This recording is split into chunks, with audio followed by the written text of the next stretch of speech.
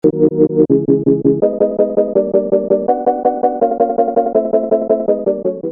COVID, I remember, so I want to be crystal clear. Yeah. I forged my card. The second shot, I forged that shit. That's how much I railed against this bullshit. Yeah. I got the first one.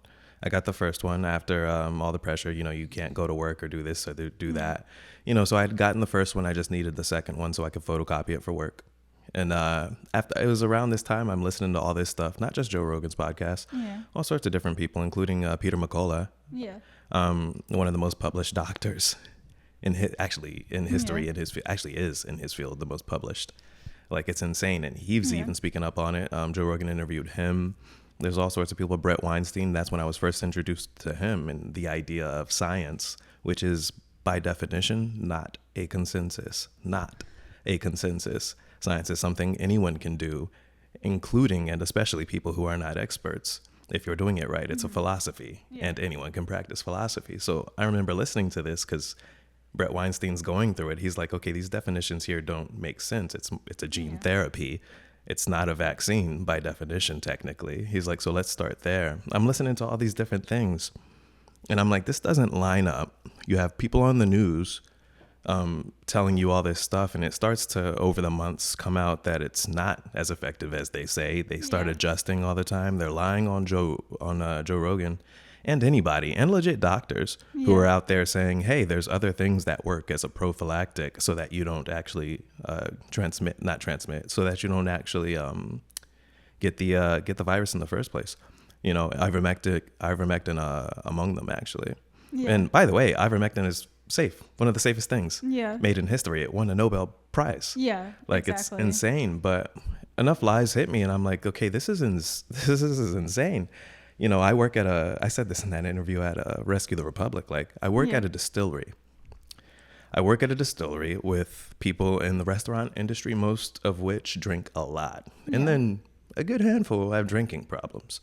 I live in a city. I see a bunch of people who are overweight. They can't run fucking 9 blocks without mouth breathing. And you want to talk to me about health. You want to tell me you're so concerned about health of everyone. And I'm like, you're a liar.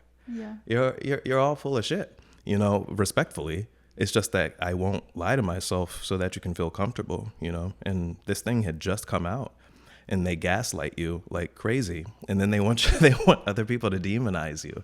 Like, I have friends looking at me crazy because I didn't get it immediately, and I'm like, you mean I'm hesitant from the same pharmaceutical companies who have fucked people and literally have been responsible for the deaths of hundreds of thousands of people and sued billions. I'm like, I was like, you guys can say whatever you want. And then it's, especially with the left, they're like all about bodily autonomy. And I'm like, I don't put this shit in my body and all of a sudden I'm a demon. I'm like, okay, you can fuck off. There's a lot that just came up in my mind about everything you said. The one thing I do want to say is I'm going back to what I said earlier in the podcast about taking the power back and not being divisive anymore. I'm trying to stop myself from using language like the damn left or the damn right, because while I'm angry about this stuff, I also, in a strange way, don't really blame some of the people who fell into the camp of anti-vaxxer, because I think the media was pushing them to do that. Again, we all have responsibility to think for ourselves and take the power back, but I at least want to say that they were probably just doing what they think is right. That's probably what was going on. But what was I going to say? I had another thought that I wanted to bring up. You were talking about science and the idea that science isn't this concrete thing. That's what I wanted to bring up. So we talked about this in person the other day, but I'm going to bring this up again to kind of make my point to the listeners. I had told you that I had started learning about scientific studies and randomized control trials, not through the vaccine stuff, but through nutrition, because I'm really big into nutrition. And the specific doctor that I like to listen to, Dr. Lane Norton. I love him. Yeah, so he's he's very qualified. He has his doctorate in nutrition studies, etc. On his podcast, he explains how these randomized controlled trials work. And there's a lot of stuff that he says that there is bias that goes into it. So for a couple different reasons. For one, scientists and doctors, when they want to conduct an official study, they often have to get funding to do that. Because of that, if there's a study that might prove a point that negatively impacts somebody with a lot of money, they will not invest into that study. So for example, totally hypothetical situation. Let's say somebody wants to do a study on Coca-Cola and it's bad for you, to find out if Coca-Cola is bad for you. Now, let's say somebody has a lot of money invested in Coca-Cola stocks. Yeah. Obviously, that person or those group of people is not wanting to invest money into that study. So he was explaining that because of that, bias can exist within the sciences. Now, I'm not necessarily saying that to make a point that this is evidence that the vaccine studies were all biased. That's not what I'm saying. I'm just saying it's important to know that, to keep your mind open. Because if this is true for the nutritional sciences, this is also true for any type of science, that it is a possibility. Another thing that he brings up on his YouTube is that within these randomized control trials, it is incredibly difficult to actually control your control groups. Because, so for example, let's say you're doing a study on meat. And the study is, we want to see what the impacts of meat are on somebody's their heart health, whatever. You have to get a lot of money to hold somebody captive for 30 days. Like, you know what I mean? It's really hard to get people to like watch, to just pull them out and hold them captive in 30 days and see exactly what time they're eating, exactly the effects. So a lot of these times they're just kind of trusting that these people are following protocol, but they don't actually know. You know, one person might be getting their meat from the grocery store. One person might be getting their quote unquote meat from McDonald's. I wonder about that shit. Okay, yeah, that's good to hear. So that's important to know, is that just because a randomized controlled trial exists, that doesn't necessarily mean that it's perfectly controlled, and it's really difficult to perfectly control it. Again, that doesn't mean I'm saying that there's no valid studies about the vaccine. I'm not saying that. I'm just saying that it's important to use that as information to keep your mind a little bit open to the possibility that this could also exist within vaccines. Now, the next thing I'm going to bring up about that is that in the nutritional community, for example, I did a podcast episode on this recently. There's these two very polarizing beliefs that in one case, you have all these qualified doctors saying there is evidence that weight gain is only affected by your calorie intake and your energy expenditure. And that's it. It's that simple. That's the formula. Calories in, calories out, boom. But then there's a whole nother group of people that are like, that is totally wrong. It is 100% your genetics and 100% your metabolic system. So one person who does calories in, calories out is going to be completely different for someone who has, or hormones. I'm sorry, it's their hormone issues and stuff like that. So again, these are all qualified people with two completely different points to say. Yet no one, so obviously one of them's wrong. They can't, I mean, unless there's a mixture of truth in both of them, but one of them has to be wrong. But no one's sitting here and saying, that's misinformation. Like you can't say it's metabolics or hormones. It has to be this. That's misinformation. So why can we have this conversation about scientific discussion when it comes to nutrition, but specifically with vaccines, it is wrong. I mean, now again, I understand the nature that people's lives are at risk, and that's, you know, I mean, you could also make the argument that people's lives are at risk with their weight too. So I guess that's where I go back to. I'm like, we care about health now, do we? And like 50% of people are overweight. Okay. Yeah. So like, I understand why people were sensitive about this issue, but at the same time, this is a new vaccine and it is totally normal, human, and natural to be a skeptic. Like, it's not, you're not an anti-vaxxer if you have questions, you know what I mean? And that's where I take issue, where I'm like, there is no reason why this shouldn't be a publicly discussed and debated issues if any other thing like nutrition has opposing scientific evidence. You know what I mean? Yeah. It's like, I mean, they shut down the country for this thing. And I'm like, wait, can we talk about this? They turned it into a moral issue. That did not help. You were saying about earlier, you had quoted something just with, about just normal people, friends being turned against each other. Yeah. You know? That's what I think of it. It became one of those issues. I'm like, what are we doing? It's like, that's absolutely insane, especially when this thing is novel. Yeah. It just got here, you know, and even Robert Malone, like the, what do they call him? The godfather of mRNA technology, you know, had some reservations about the thing, you know, so I'm like, I'm going to question it, for God's sake. Like the Tuskegee experiment happened. I'm like, I'm going to be very very, very skeptical about a lot of things that go into my body. It was just disappointing though. And that's why I'm glad you said earlier. I'm very glad you said earlier about just kind of demonizing left and right over that thing, because that kind of is one of the things I catch myself doing too. You know, and I'm not surprised by it. You know, the left leaning people in the situation it just put a bad taste in my mouth, to be honest. You know, and I'm not apologetic over that. I don't like being lied to. I did the cult thing once, and it feels like a cult. You know, so when people acted a certain way after COVID, you know, started happening here in the city, I was quite irritated. But I don't know, it's just a bummer. I feel like you do really need to actually hear people out, especially when you're listening to doctors and other people who are ultimately responsible for their patients, and they couldn't even get a say in this thing. That's terrifying, and that's quite authoritarian. You have the government cracking down on people who are legitimate.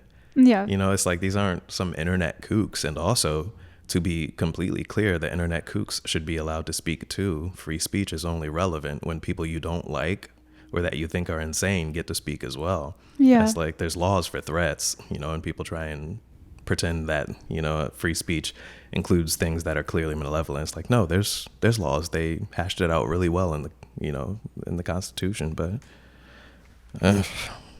it's wild. Yeah, no. When it comes to the polarizing stuff, it's not even a productive way to go about it to demonize people for being skeptics, because rather than being like, if you don't take it, you're a fucking like cancel you, get out of my life, you're an anti-vaxxer. Wouldn't it make more sense to be more compassionate and be like, hey, it makes sense that you're a skeptic. This came out really fast. However, I want to share this information with you. It's not even productive the way it happened, like the way there was such a divisiveness about it. The whole thing was just a disaster. They were ready to destroy your life if you even questioned the thing. They were ready to destroy your life and delete you. Yeah. You know, I'm not confident that it gets better, you know, if we keep allowing that kind of thing to happen. Like they did this once, and by the way, no one's apologized for all the effects, all-cause mortality going up in almost every country. You know, I'm like, okay, that's interesting. What happened over the last few years? Well, a bunch of people took this experimental drug, and now all these things are happening, like where people are like myocarditis and all this other shit. Yeah. And everyone's pretending and looking down. No one's apologizing for demonizing people on television. Not one politician did I hear say, man, I'm sorry about that. Yeah. Not none of them. No one in media, and I'm like, that's a problem. Accountability. I'm a forgiving person, and I feel like most people are forgiving people. But this is a problem to me when the people who are in authority, who are just ready to take your livelihood away, don't say shit. Don't say shit after they did that in the open. And I'm like, we're supposed to just continue and trust that this will be fine if something like this occurs again.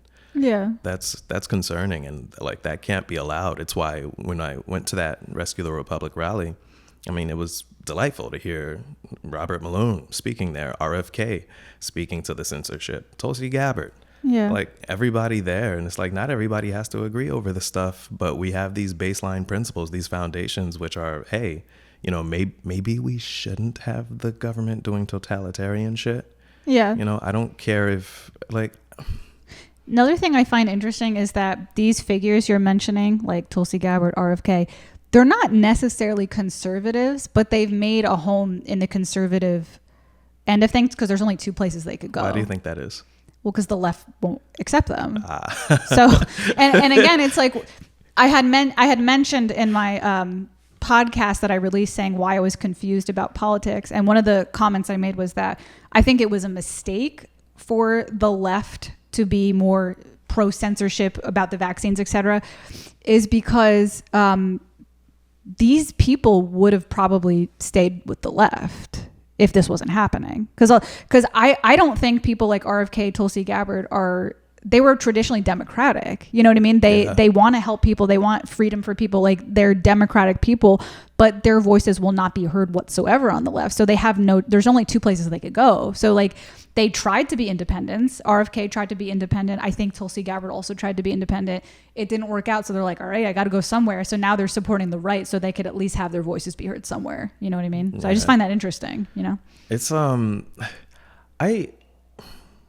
I'm happy they did that. Because it speaks to the idea of, okay, well, you know what, we need to just nix some of these superfluous differences, the things that do not matter, in favor of rescuing the republic. But seriously, I'm like, well, just like you say, what did you expect? It's like you demonize these people, not demonize, you fuck them over. Yeah. Well, they got to go somewhere because they really want to do something about the condition of the country. Yeah. But I think that's why it's very important. Like RFK, he balances out Trump. Yeah. In a very useful way. Yeah. Going back to what I was saying earlier, he really is good at speaking on the issues and really tackling issues instead of trying to demean people and name calling and being like, Kamala farted in class once. I'm like, I don't I don't fucking care. Like, what are we doing about substantial issues? And then how are we prioritizing those issues in a fashion where you can tackle them so that one leads to the other? And it doesn't all just come crumbling down. Like that's what I care about, right? I don't care how many people Donald Trump fucked. I don't. Yeah. I do not. I'm like, I know this is the guy who, okay, so over the last 16 years, it was Democrat. It was a Democrat run administration, and 4 of those years were Donald Trump. And as far as I can remember, it didn't come true that he was going to be a fascist, like everyone said. Yeah. He's going to put black people in chains, like they said, even though that was only a few years ago. But it's like none of the stuff that they said barely happened. I mean, the guy was like, if you look at Donald Trump's policy on a piece of paper and you delete his name from it, if you just look at the policy, it's like, oh, this guy's he's pretty moderate. Yeah. It's nothing crazy, protect the children. We don't need to do this wild indoctrination shit in school. Protect the border. It's like, okay, there's a reason you don't see immigrants in Martha's Vineyard or whatever that fucking place is called. You don't see immigrants, illegal immigrants hanging out, in politicians' houses. They're not inviting them into their homes. The same people who allow people by the millions into this country. It's like, that's insane. No, it's actual things that make sense that he's going after. And I tend to agree with most of it. They try and peg Project 2025 on him, which is verifiably bullshit. The first page of that document says, this does not necessarily represent all conservative beliefs. And it hasn't, there's people who made it associated with him. He didn't make the thing. He has something called Agenda 47? Yeah. And actually when you look at it, some of the stuff lines up with 25, but I don't care. I'm about my principles and the ideas. If it happens that I converge with someone who I disagree fundamentally on other issues with, so be it. But we're going to hash that out. We're going to split the difference and find out where we agree and can we get along? And then can we make something better out of where we agree? Like, I think that's a very adult thing to do. Yeah. It's like, because it's not going to be perfect. It's going to be messy. For God's sake, there's millions of us in this country. The only thing on Trump that, if we're talking like, if we remove all the, he fucked the porn star and grabbed the pussy, like if we remove all that and we focus on just like the present day issues that he's tackling. You and I probably disagree on this, but again, we just talked before, it's okay to disagree on these things. I definitely don't support the Roe v. Wade thing. And that's a big one for me because there's a lot of issues where I'm like, what is it like specifically if you elaborate? Specifically, I don't think I just want to say this. I don't think people should be getting abortions like it's contraception. Like it shouldn't be a loose free thing. I think people should definitely put thought into it. I don't necessarily agree that people should get abortions at the 8th month. I don't agree with that. And I don't think the idea that abortions are killing a life should be demonized. Like I think there should be like love and respect for religious people's points of views. Even if you don't agree with it, you could say, hey, I don't agree with it, but I understand why you think that way because you were you grew up in a religious background. Okay. The issue I have with it is that in the case of rape or incest or something like that, we could say that, you can go get your abortion in California, or wherever they're legal. They're legal in California, right? Oh, if you're born in this state where it's illegal, you can fly here to get it. But what if somebody's in such a horrible situation where they don't have the money to fly? You know what I mean? And that's where I have an issue with it, where I'm like, I don't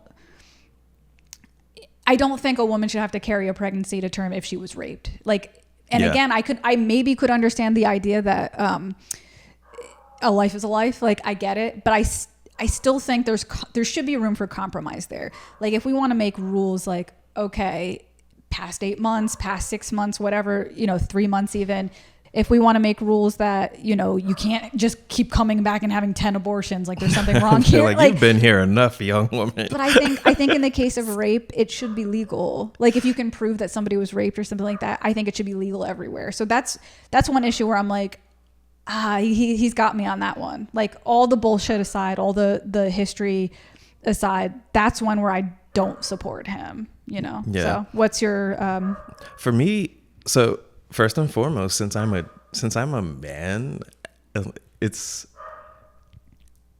the staunchness of my opinion only goes so far, because I don't know what it's like to truly, like, I can think about what it means to be raped and have to bear a child, and how horrifying it would be if you find out, fuck, I don't have much money, and how do I don't want to carry this thing, right? Yeah. But I don't know what it is to feel that. Yeah. So with that said, it's hard for me to just sink my heels in and say, okay, this is how it should be. Like, I understand what they were trying to do when they knocked down Roe v. Wade. I can actually see it because they were trying to take it down to state level. Yeah. Where it's where a lot of, I think, issues benefit from being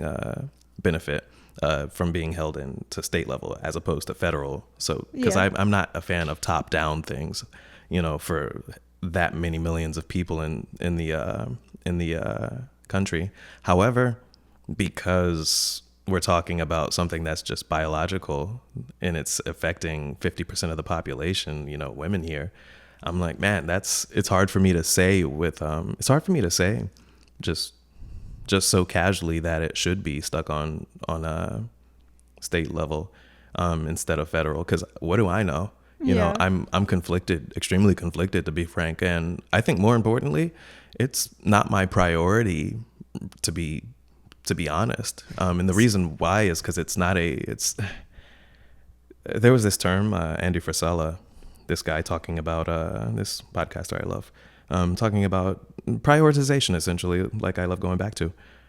Above the line issues, below the line issues. Yeah. Above the line issues being the ones you contest with every day, and below the line issues, the ones you just don't contest with every day. So just like you were speaking to, it's like, well, if you're having abortions willy-nilly, I guess that makes sense, but we all know that that's not necessarily the case. And that is not to say that it's not a serious issue. It's just like, for me personally, I'm going to leave it and entrust it to that issue to the women around, and not in some cheesy, like, I'm a male feminist bullshit kind of way. Yeah. Like, but it's I'm like, what do I know? I have other things that I think affect me and other people every day that we'd all benefit from. For example, you'd made a good point, like, what does it all matter if we all get bombed? So maybe we should get our shit straight concerning war and foreign affairs. Perhaps getting a tax structure correct, in a way where everybody's happy and everyone agrees, because demonizing the rich is not going to help, and continually fucking over the poor isn't going to help. So maybe if we get that straight, so that the government is taking less of our money, perhaps, because we see how well they spend that in other countries. But what do we get? I just again, it's like one of those issues where I'm like, well, it's not personally affecting me because I live in a state where abortion is legal. Yeah. I think so, right? In Pennsylvania, it's legal to get an abortion. It is, right? Yeah, I'm pretty I know in New Jersey it was, so I assumed it was in Pennsylvania. But I'm just trying to think. I had a mild assault issue in Philadelphia. Thank God it was nothing serious. But God forbid, let's say someone carried out a full rape assault on me, like a Kensington person or whatever in Philadelphia. Yeah. I got pregnant. And now I have to raise a child that was forced upon me? No. Hell fuck no. So it's like, I'm conflicted on this, because it's like, on one hand, I could say, what are my priorities right here and right now? Ain't a problem for me. So fuck the bitch in Virginia. I don't give a shit about her. But I do have to think about that and have compassion for the bitch. The bitch.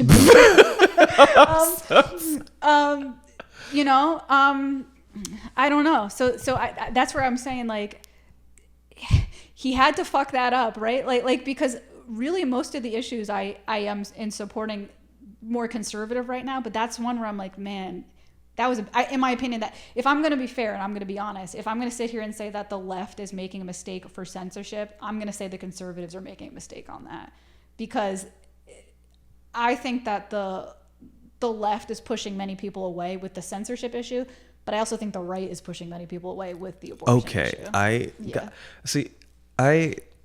Both sides for different reasons get on my nerves. Yeah. And I think that's how I know I'm at a healthy place now. It's like you have a bunch of nerds who ironically are upset about what people do in their bedrooms. You know, some of them, like I'm just speaking to like Bible Belt conservatives. It's like, oh, you like to fuck guys as a guy, you know, and like obviously it's like that's one of the things that I'm like, we still care about this, guys. Yeah, that's or what keeps you up at night is a woman's personal choice, you know, to abort a baby because she got raped. That keeps you up at night. You wake up shaking your fist like fuck. Like, and I'm like, can we get something else to be upset about? You have people on the left, on the other hand, being upset about a whole nother host of issues that I don't need to go into because we talk about it too much. Yeah. I do, at least. I bitch a lot about the left, but that's only because that's where I came from. But both get on my nerves, you know, and that's why I find moderate values to be just where I lie now, because I don't know.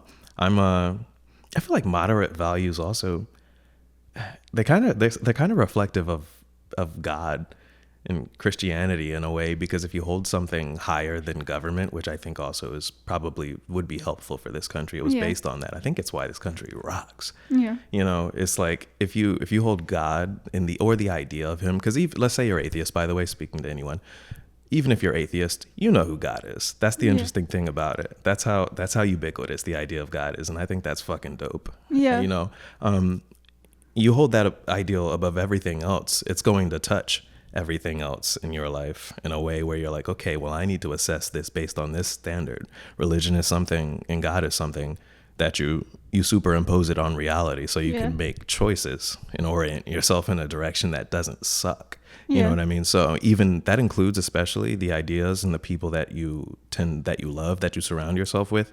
You assess them with that too. And so it just weeds out the bullshit. And I think that's important. So the moderate values tend to come in with that. You know, it's like there's the 10 Commandments and everything else, right? But also Jesus comes along and he rocks with people who are sinners and all sorts of shit. And he tells the Pharisees who are blowing trumpets ahead of themselves and trying to stone people like, nigga, okay, well, I mean, are you sinless? Like, right. I think that's dope as fuck. I was just having this conversation the other day. That's a really good point. It's like it's extremely balanced and it's extremely human. You were speaking the last time we chatted about the Old Testament and how people try to criticize it, and it's like, well, yeah, God has a personality. Are we surprised? And I'm like, I think that's good. I don't want him to be a robot. Yeah, you know, that's binary in judgments. I'm like, that tends to make sense to me, but. Going back to the moderate values though, I think it's very, very helpful because it keeps you right in between, you know, it's not the lesser of two evils kind of thing. Cause I don't like that statement. Yeah. It's more like, is this thing, does this action align with what's best ultimately? And you usually know that when it costs you dearly, you know, especially when you're trying to do the right thing. You look at how much it costs people for doing the right thing. Like, for example, we were talking about before, this isn't to say that Joe Rogan is Jesus, obviously. No. But I think it's going to cost you when you're trying to do something like such as tell the truth. He told the truth. And what happened? He got in trouble. People who told the truth were censored. I think that's worth noting because it's like, okay, well, good. It's like, make sure you make note of that, everybody. It's going to cost you a lot if you're trying to tell the truth and be a good person. If you're trying to do anything right in this world, it's going to be extremely difficult. Even Trump, for God's sake, he did some Jesus-like shit when they tried to trick him into a trick question and they were asking him about Ukraine. You know, what are you going to do about this and that? And his response was simple. Trump's response was simple. He just said, I want people to stop dying. And I'm like, what could be simpler? They tried to box him in and say, are you for this or are you for that? And just like Jesus, when they were like, well, you know, who do you pay taxes to? And Jesus is like, pay God's things to God and Caesar's things to Caesar. Obviously, Trump isn't God, you know, or isn't Jesus, you know. But I thought it was really interesting. I was like, you can see You can see some of these qualities all over in the world and in all sorts of people when you look closely enough, you know, and I want to be held to account for comparing some of Trump's actions to Jesus. I want to be held to account for that because I think you can see it in everybody, and there's also some evil and potential for evil in all of us. Yeah. I don't care who it is. I think it's very important to realize this, like everybody has unimaginable capability for evil. And that's why when someone tells me this person's bad, I say, I'm going to go look into them because I feel like you're full of shit. Because if I looked in your goddamn closet, there's probably wild stuff there. There's plenty in mine. Oh. And I hope no one listening to this, and I hope no one ever finds out the shit that's in my closet. I know what it is, and I know how I'll respond to it. I know how I'll respond to it because I've made peace with it if it were to ever come out. But you know, thankfully, I'm not doing crazy shit. Who did you murder? No, just kidding. Well, it was just like a couple of parties with Diddy, but like it's I don't know. It's it's humbling though, and it's extremely useful to just be right in the middle. Realize you're not perfect. Nobody's perfect. Just make sure you judge people by their actions, their principles. Do you agree with them? And what is the final cause? That's so pretty much anything politically now. I try to take a middle stance now. Sometimes I don't even know if I'm using the word moderate correctly because I'm not sure if moderate refers to something financial. Because like somebody told me like, whoa, moderate means like something specifically financial. And I'm like, really? Maybe center is the correct word. I'm not sure. But I just take a center approach to everything now. So for example, with the abortion, again, I'm not going to sit here and say that we should do it freely, like 10 in your life. Like I'm not going to pretend that's okay. I'm not going to pretend that that's not ridiculous. But I think I just think it's fucking ridiculous to not have that available as an option if there was an assault. Like that's just me. So again, compromise, right? It doesn't have to be either extreme. Guns. It's in the Constitution that we have the right to bear arms, but maybe assault rifles, maybe, mental illness. Okay, go ahead. You can. How do you? Yeah, I don't think we've ever talked about that. I wonder where we align on that. Like assault. You think like certain guns and things should be banned, or is there? Maybe not necessarily, but at the very least, I think there should be an investigation on the individual. I shouldn't own a gun. I'm telling you that. Like I should. Holy shit! Should I be? I don't think I would kill anybody, but I would definitely kill. Like I have a history of depression. I would shoot myself. Okay. Like I would definitely shoot myself. My mother should not own a gun. My mother has like severe mental illness, and I do think it's easier for people like me and my mom to get a gun. But like if my mom had a gun, people would be dead. I'm sorry, Mom. I'm just gonna call it out. Oh my God, that's so. I'm just being honest. If I had a gun, I would not be here right now. I would have killed. And if I had a gun 10 years ago, some of my boyfriends would have been dead. Bye. So, I know that sounds fucking crazy, but like there's mental health issues in my family, and like some people should not have a gun. Now, do I think that I could do well with a taser, like for assault related issues in the street? I think that would be fine. Possibly. But I think for me to own a gun, given the fact that I have like a history of mental health issues, I'm not a malicious person. I don't want to kill anybody, but I do think there would be a realistic, not the word threat, possibility that I could have killed myself. Like I think that's realistic. And I don't think, so because of that, I do think there should be strict standards on who gets a gun, but I don't think guns should be banned. I think we should be allowed to have guns. So that's my stance on that. And again, every issue out there, I feel like there's a middle ground somewhere. It doesn't have to be all this or all that. And there's room for compromise. Same thing with student loans. I don't think we should just forgive everybody's student loan debt. Like, I think that would be crazy. Where's the money going to come from? Yeah. But if somebody has a viable reason to file a bankruptcy, why wouldn't student loans be included in that? Like if someone has they got diagnosed with cancer and now they can't work. And again, this is where like, okay, I have some beef with conservatives on this issue. They're like, I don't care what, I was sick like a dog and I worked my ass off. Okay, tell that to somebody who got in a car accident and now is mentally retarded because they got a brain injury. Yeah. Are they gonna work their ass off? So again, I don't feel like we should be paying off student loans like hotcakes, like free all the student loan debt, but there should be qualified situations in which okay, this person can't pay off their debt. It's not realistic. Let's forgive this student loan. I just feel like with any issue, it should not be a black and white approach. That's where I stand with almost everything. I mean, that's ideally where it would be at, like going to guns. I mean, that's why I love having conversations like this, just talking about it, right? So I have a conversation like this, and usually my question, which I'll ask you now, is like, have you ever gone shooting? I have. Yeah? Yeah. Word. How'd you like it? I liked it. Yeah. I did shooting with a friend. It was like, I think I was like, I want to say I was 19, but are you allowed to shoot a gun at 19? Well, I mean, like, it's America, yeah. Because I can't remember the age. Is it 18 or 21? To shoot? Well, wait, you mean going to a range? Gun range. Oh, actually, I don't know the rules for that. I don't think I was 21 yet, but I might have been, so I don't want to say that falsely. But I remember being pretty young. I feel like I was only maybe like 19 or 20 years old. Okay. And it was just like it was just a fun, like, it was like duck hunt, but real life. You know okay. what I mean? Okay. Yeah. When it's funny I say that. I immediately forget. I'm like, oh yeah, the ranges are a thing. So when I've gone, it's just been on friends' farms in their land. Yeah. You know, so just think beers, pull out a couple of shotguns and a semi, and just like go shooting. And it's fucking dope. And I'm, you know, and it made me think. I'm like, okay, this is. I get what the appeal's about. I think I was like, had to be 20 or 21 when I first went. You know, and I didn't know what it was like, and I was like, this is fun as fuck. You know, and I see the dangers, obviously, of course, of, you know, anyone who watches the news. You know, people shooting up schools and all sorts of crazy things happen. Yeah.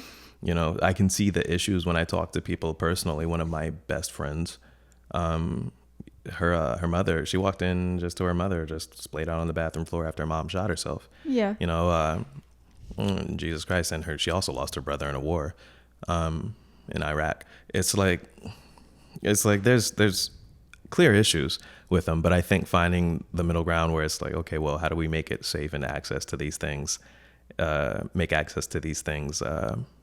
not overly prohibitive, but something that, you know, it's like, well, you gotta keep fucking crazies away from the things. But also, I am staunch in the idea of personal responsibility for your safety. Especially with how this country was founded, you know, it's like there's the First Amendment and the Second, you know, or what? Not the first. The first. God damn it, my mind. Jesus Christ. Anyway, you got freedom of speech. Right after that is right to bear arms. You know, and it's funny it's listed that way because I'm like, huh. It's like, so when freedom of speech is taken from you, I guess you got your defense on you, right? Yeah. And it's not just the speech; it's just the idea of being able to really. It just drills home. This is what it means to be responsible for your own safety.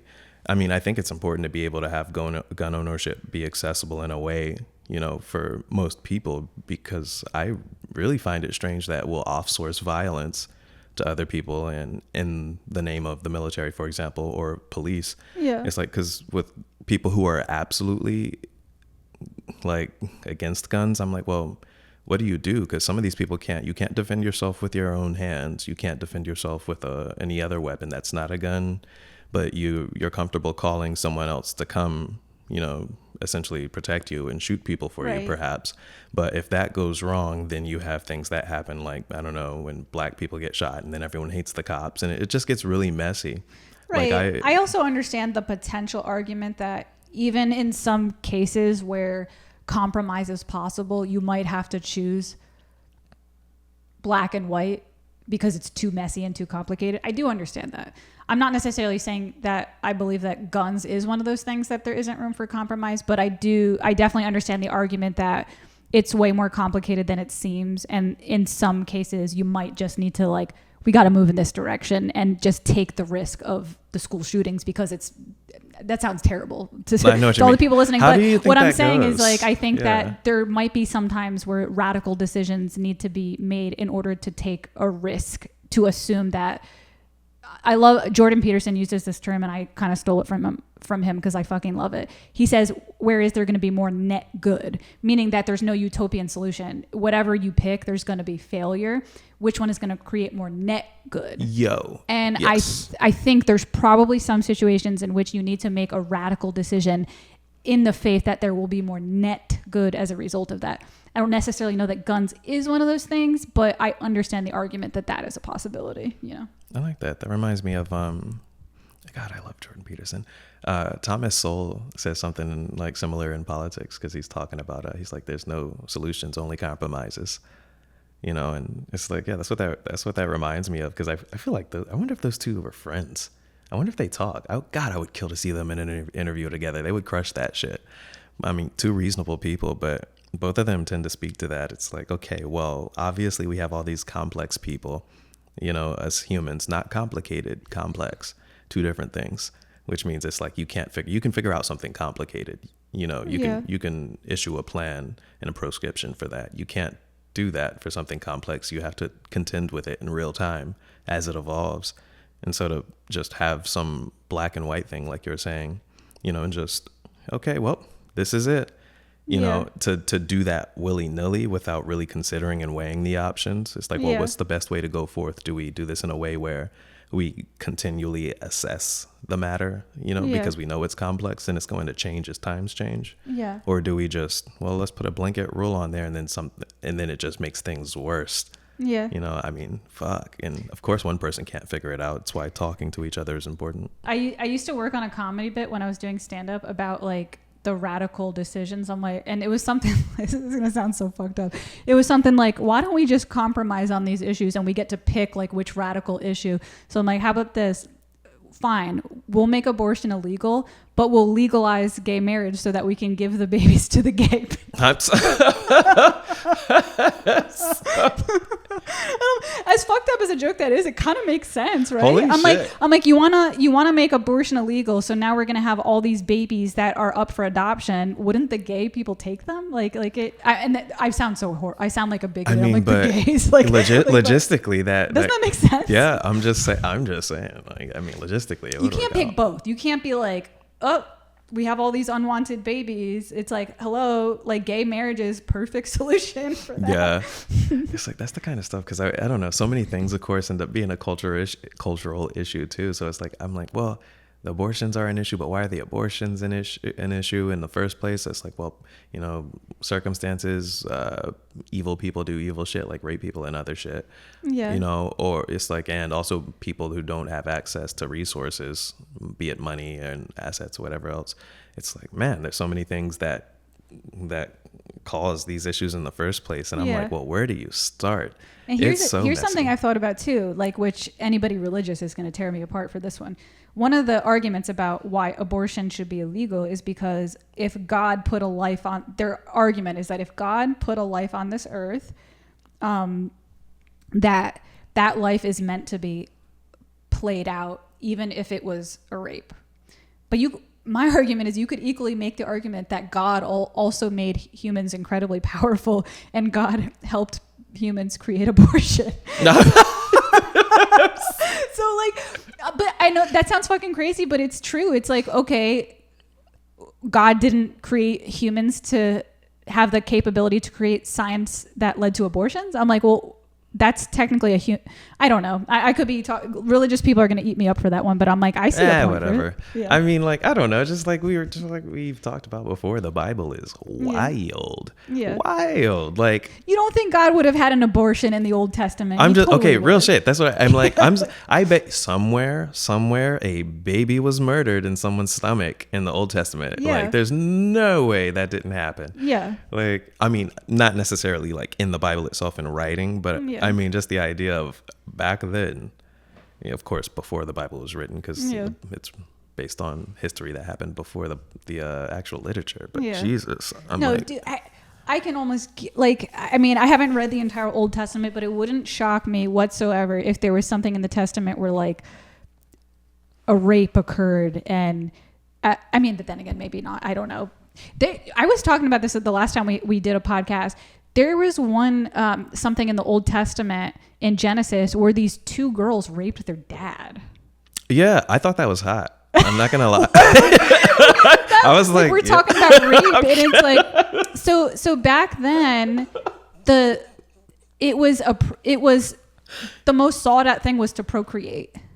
Maybe that's why they think abortion is stupid, because maybe like they're still holding on to that value that like procreate. But the most valuable thing you could do is spread your genes. So these two girls wanted to get pregnant, and they got their father drunk and raped him. The two sisters. I don't know if they were twin sisters or just like regular sisters, but plausible deniability. I was like, that's wild though. What the fuck? Holy shit. I was like, you can't sit here and say that, you know, going to like the black and white things, how they say that the Bible is misogynistic at its root, or what the word I'm thinking of, the patriarchy. It's like, no, these bitches they were doing the raping. they're yeah, that was fucking insane to me. I'm like, this shit is wild. Like, you know. Yeah, no, there's, oh my goodness. Yeah, I mean, yeah, because people, I mean, the stories in there. Yeah. So complicated. Yeah. Like, so complicated. That King David. Yeah. You know, he's watching some lady bathe and he's like, man, how do I get her? I guess I'll put her husband on the front lines. He puts her husband on the front lines. He dies, of course, and then he gets her. I'm like, it goes to show that human ego, human games, human power tactics have been around for a long time, and they're not going away. Yes. They'll never go away. Gotta moderate it with something. Yeah. Yeah. Works out. God damn. There's so many things the Bible touches I think about, and I'm like, I'm starting to understand there's a reason it's still around, you know, through centuries, still around. I was like, I guess it's probably not going away for a while, because I can't think of anything. I mean, other holy books, of course, obviously, because a lot of them are similar. But it's going to be around for a while, because it's really just going back to it being something you superimpose over reality. There's not a great replacement. I remember I thought I was atheist. That wasn't helpful. You know, that was the most miserable I ever was. And enough atheist friends of mine, I'm like, man, this is miserable. Yeah. It doesn't seem like the most fun when I've observed like what they're going through. Like there's this thing with religious people where people think they're just sheeple or whatever else, or they're dumb. I'm like, yeah, but a lot of them are content and happy. You know, not even just happy. That's a dumb word. They're thriving. Yeah. Sometimes you need, that's another thing too. Sometimes you can become more creative and more successful by limiting your options. So sometimes creating these rules, like, even though sometimes you just have to have faith in these dumb rules, because you know that if you are given too many options, you're not going to get anything done. Yeah. So sometimes you just got to like, okay, like there's a lot of possibilities here. I'm just going to have these rules and these guidelines for my life, because then I'm not going to be overwhelmed by like paralysis by analysis is what they call it. Like, there's too many possibilities. I could afford to do a little bit of that myself, actually, because I'm somebody who's like agnostic on everything. Like, I'm agnostic politically, I'm agnostic religiously. And sometimes I'm like, man, it would be a lot easier if I just like picked something, so that I wouldn't have to think about anything. But then again, I don't want to really let go of that part of myself either. Like, I do like thinking about things, and in a weird way, I like being confused about things, because it makes for interesting podcast episodes at the very least, you know? It's like right down the middle. That's a good way to describe it, though. Just agnostic about most things. Yeah. Yeah. It's like, as long as everything remains complex, like they are. Yeah. I think that's how I'm going to be for a long, long time, you know? And it's, to go back to what I said earlier, not to just talk shit about atheists, because it's like, there's I can understand why people are on that camp too. You know, it's like, it's why I just sit in the middle, because I'm looking at both sides. I look to my left, I look to my right, no matter what the issue is, no matter if it's politics or just morals or principles. I'm like, man, I can usually understand where most people are coming from if you talk to someone long enough. Yeah. And you're not looking to be right, you're just looking to understand them. Yeah. You start well, first of all, you learn something new. You know, conversations immediately, they're not boring and lifeless anymore. You know, it's nothing worse than being just someone in an insufferable conversation. It's the worst. Yeah. But when you're just looking to learn something, as opposed to being right, it's like, that's when it's actually engaging. And yeah, it's like, I've been appreciative of that change. Yeah, I'm trying to make a stronger effort to do that nowadays, to just like hear people's sides out before letting my ego try to prove a point. You know what I mean? Because I think it's a natural human instinct to want to win an argument, just to like feel like you're in a more powerful position. So I'm kind of like trying to be more open with the idea that I was maybe I was wrong. Like, you know what I mean? Like, and maybe it's a cop out in a way that I'm agnostic, because then I feel like I have the luxury of being like, well, if I was wrong, I told you I was agnostic, so I'm not technically wrong. Like, you know what I mean? I didn't think about that, but I mean, that's useful. I'm not going to lie. Fuck. Like, it's kind of a cop out to, like, I don't want to say it's a conscious cop out, but it's like, I notice it's a benefit. I'm like, oh, I don't really have to take like radical responsibility for having deep opinions, because I could just say, well, I'm agnostic, so if I was wrong, not technically wrong. You know what I mean? No, that is useful. Plus, I mean, I feel a lot better not having my heels entirely dug in that fashion. Yeah, because there is, oh my God, there is nothing worse than having your heels dug in and then like you find out you're not like crazy wrong. Yeah. Like, it's embarrassing. Like, someone asks a simple question, they just pressure test your shit. Yeah. And then you come out looking like a moron. Like that happens a little less nowadays. Yeah. Because if I truly don't know something, I just come out and say it, just blabber it. I'm like, I don't know. You know. But I mean, I still do mess up with that, and it's humbling. I think it's very useful. It's very useful to be entirely wrong about something that you were certain about. I had mentioned a cult earlier. Like, I was raised one of Jehovah's Witnesses. What? And, you were a Jehovah's Witness? Yeah. Wow. It's why I don't have room for like bullshit in my life anymore. Like, I'm 33 now. Do you still contact like your family, like the way you were raised? Because I know someone who was raised Jehovah's Witness, and he couldn't, like, his family kicked him out of. He got kicked out of his family because he didn't like align with the beliefs. Yeah, my brother, he was, so disfellowshipping is the formal way that happens, and my brother, that's what happened to him, you know. So he comes clean about his sins, whatever. The elders they assemble, talk to him, they all come to a consensus. Well, we'll have to disfellowship you, so, you know, no one can talk to him. He eventually moves out. You know, me, I was a little later after him. He must have been 22 when he was disfellowshipped. I think we were 23 when I finally left, and I didn't even do it formally. I didn't meet with anyone. I was just working at Rehoboth Beach, just trying to figure my life out. And eventually I stopped going to meetings, and then that's done. But I was set on that road actually because I knocked on the door of an atheist. There's a gentleman named John Grady. He was an evolutionary biologist. Yeah. I knock on this door one morning while we're out preaching. I must have been 19, I believe. And there's like tadpoles sitting out on this porch. And I was like, oh, what's this about? You know, just very curious. Me and the partner, Dieter, I had that morning, start chatting with the gentleman. And immediately I was like, this motherfucker is sharp, because we're trying to discuss the Bible with him. And he's not just engaging with us, but he's speaking to it in a way where clearly he's read it. Yeah. You know, and he eventually lets us know he's atheist. We leave and we're walking back to the car. I said, man, there's something about this gentleman. So I asked him if I could come back, because he politely declined, you know, our literature and all this other stuff. But he, when I ran back to the door, he agreed. He was like, yeah, come back next week. I come back, you know, and I knock on the door, walk in, you know, he invites me in. Down comes his mother from the steps with like fine china and some black tea for us to drink, so we could just talk about anything, right? I find out his mother and his father are Catholic. You know, this 34-year-old gentleman, John Grady at the time, is able to somehow, as an atheist, you know, find a way to still read the Bible objectively for what it is, and reach outside of his own ideas to talk to someone who doesn't even agree with him. Yeah. And that was my first taste of what that truly means, because it rocked my foundation. Because all that happened with Jehovah's Witnesses is they say these atheists are morons. You know, they're misled. There couldn't be a good reason why they don't believe in God, you know. And I'm like, but he took the time to read everything about my system of belief, and he took enough time to it so that I feel safe talking to him. And he doesn't even believe in God. And I said, wait, I was like, this is wild.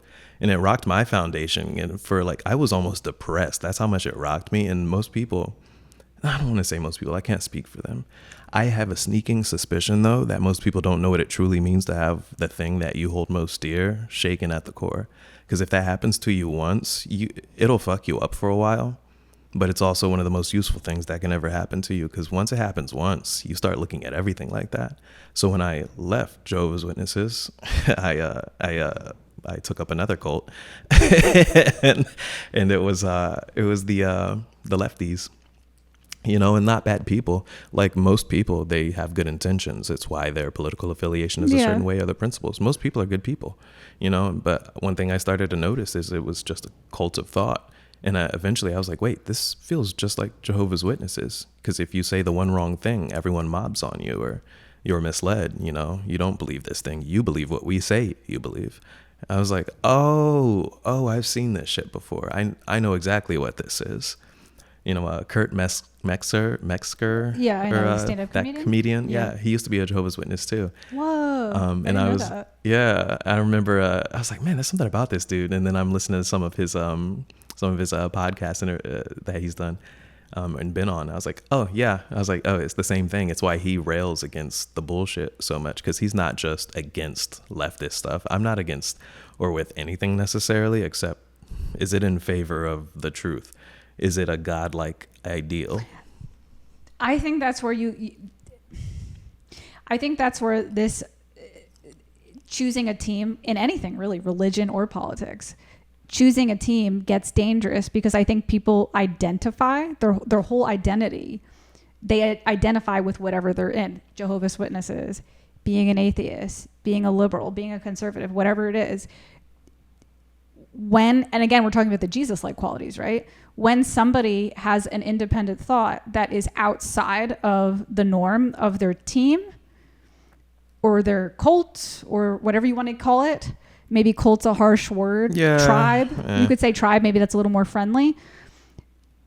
Suddenly that person is not liked in that group. And then that's where they, you know, like what you did, sometimes they might flop to a different tribe or a different cult, until sometimes they reach a point where they just kind of like try to learn about every, like I think that's where you're at now from what you're telling me. You're not like really in a cult-like mentality or a tribe-like mentality. You're trying to keep an open mind about things.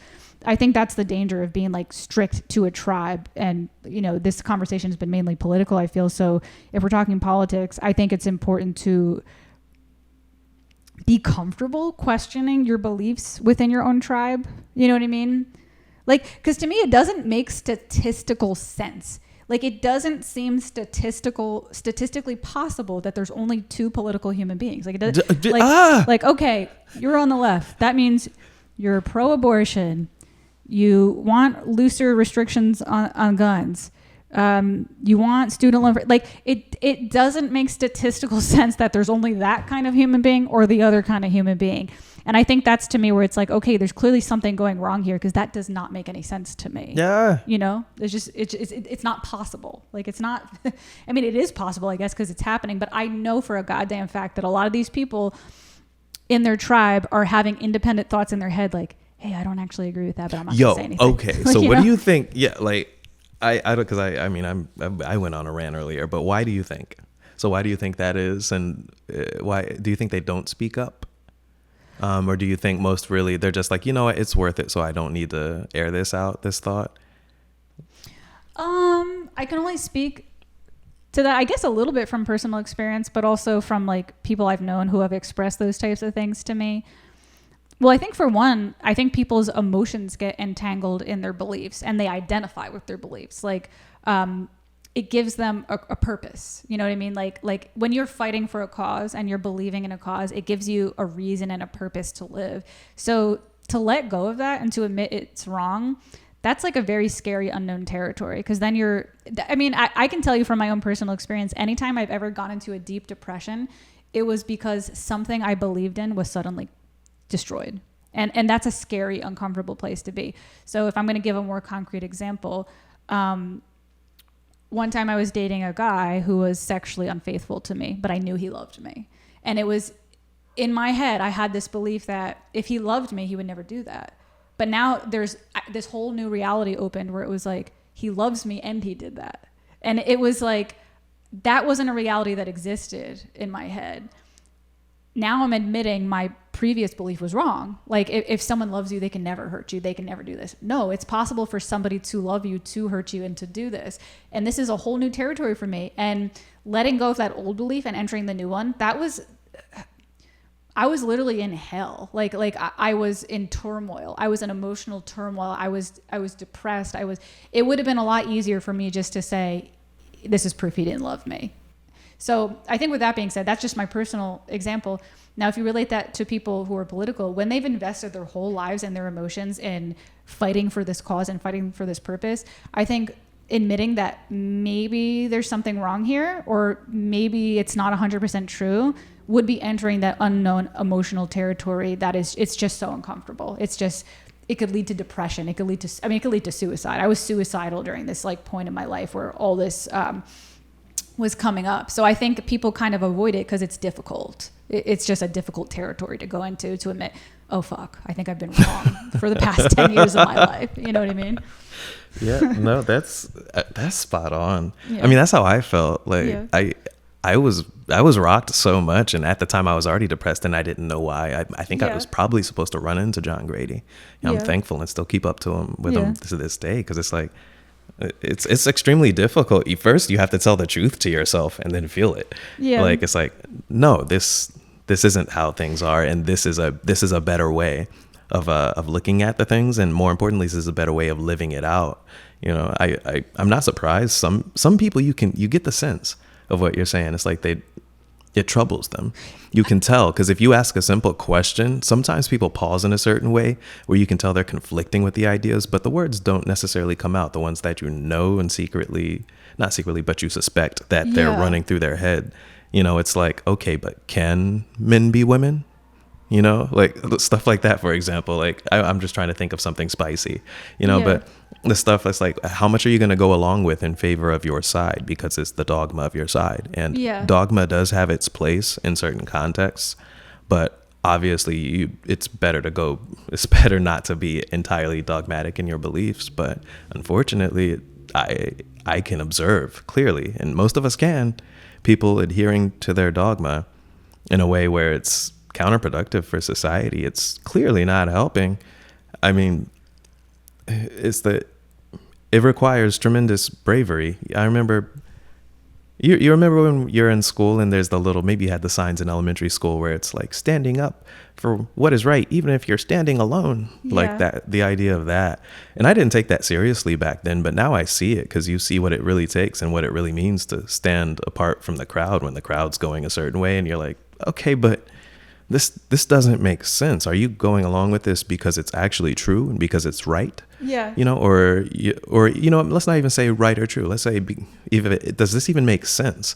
Are you going along with this just because everyone else is, and you're hoping to avoid ridicule? Like Jordan Peterson talks about this with Socrates. They killed that nigga because he fucking kept asking questions. He asked too many questions. They were like, okay, we can't have that. You know what I mean? And instead of begging, instead of being like, you know what, you know, I'll plead my case and they'll see like, this is why I was doing. He was like, no. He was like, I want to prove a point.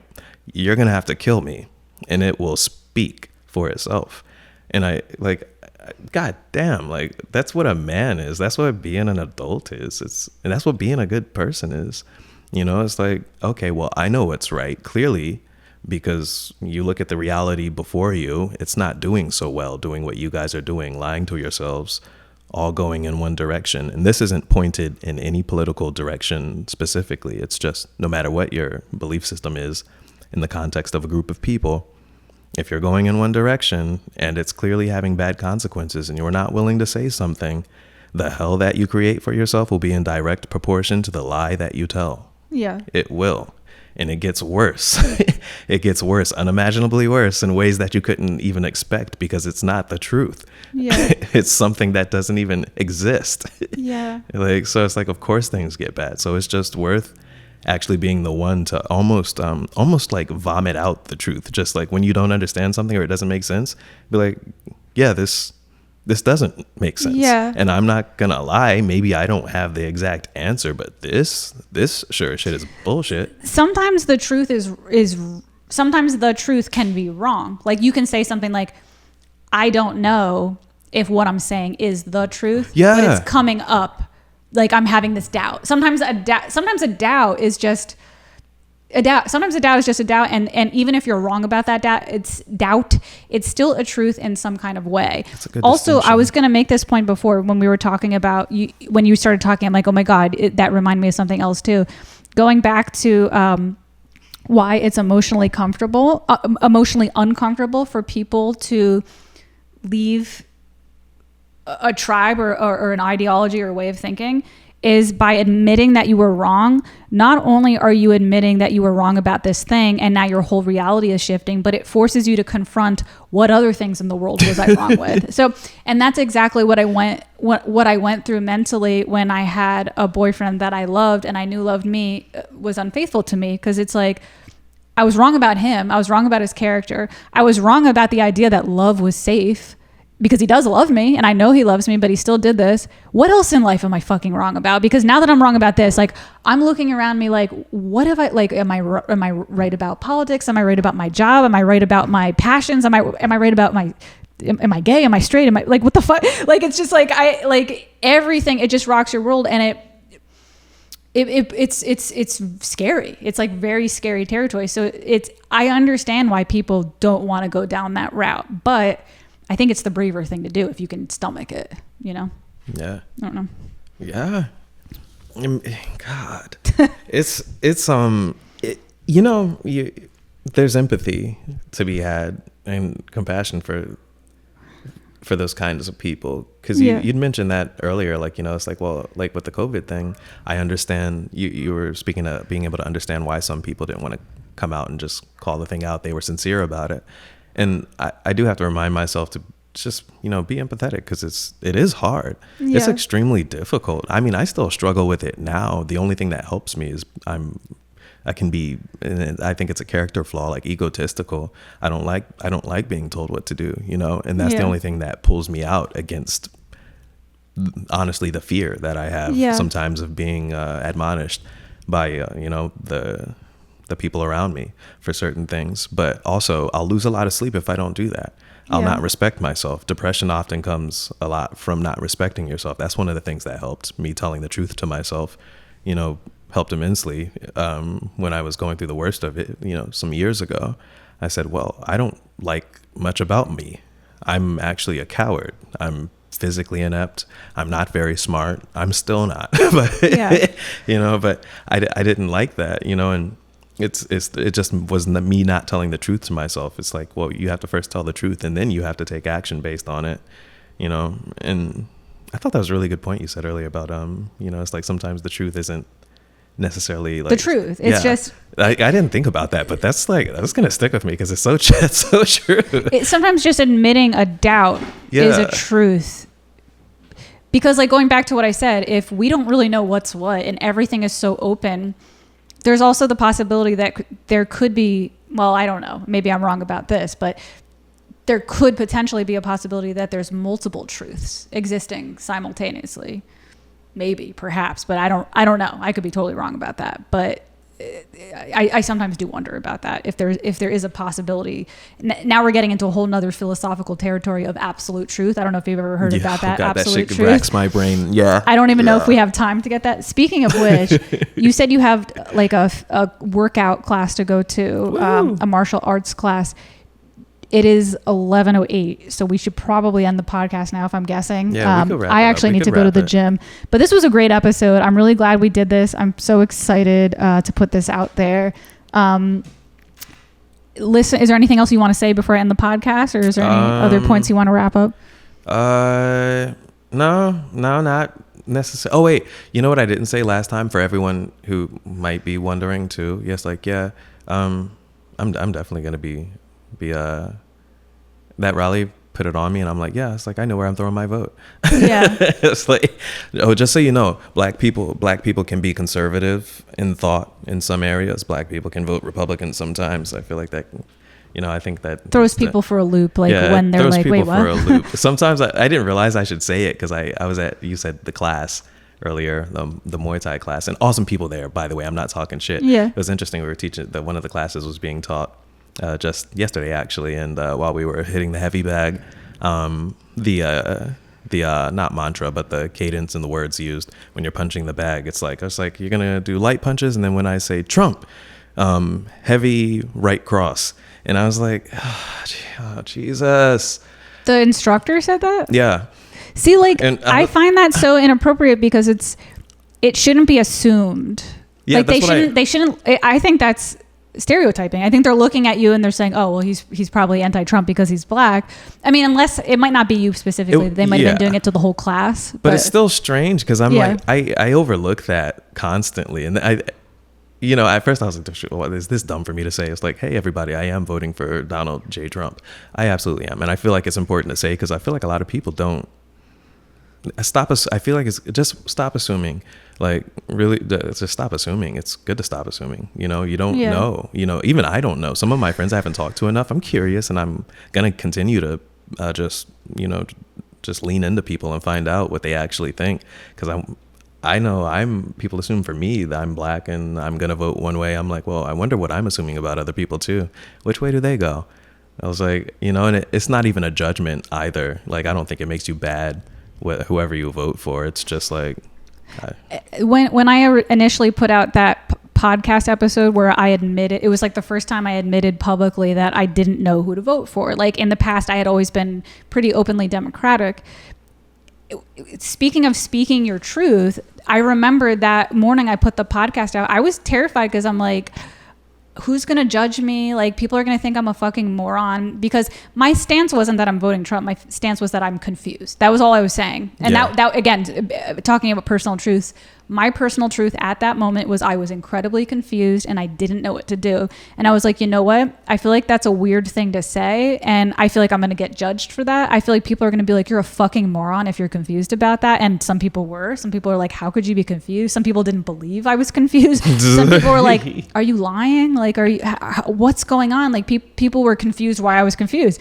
And, that at the moment, that was my personal truth. And I said it out loud, and it was interesting. I thought I was so ashamed of myself, and I thought I did something so terrible. I thought I isolated myself, and it was just by pure coincidence that you were my next podcast guest. And I'm not gonna lie, I stereotyped you too. I'm like, oh, he's definitely a liberal. Like, that's what I assumed. And I was like, in my head, I'm like, I hope he didn't see that episode. He's gonna hate me. Like, I had this thought that you were gonna hate me.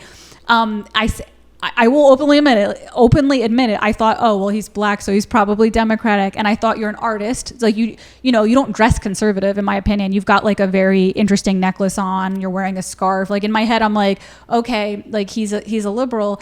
And it was kind of like enlightening for me to be like, oh, I didn't do some shameful thing. Sorry that I stereotyped you, but I was like, I didn't do some shameful thing. I'm like, there are more people like me out there than I think. And it made me wonder, like, it was almost like a weird divine timing that I was totally not expecting you to be not liberal. And I was like, okay, I feel like this is evidence that I wasn't crazy for just speaking my point of view, which, quite frankly, my point of view wasn't even that controversial. It was just saying I'm confused. I'm just like, I don't know what to do. I'm confused.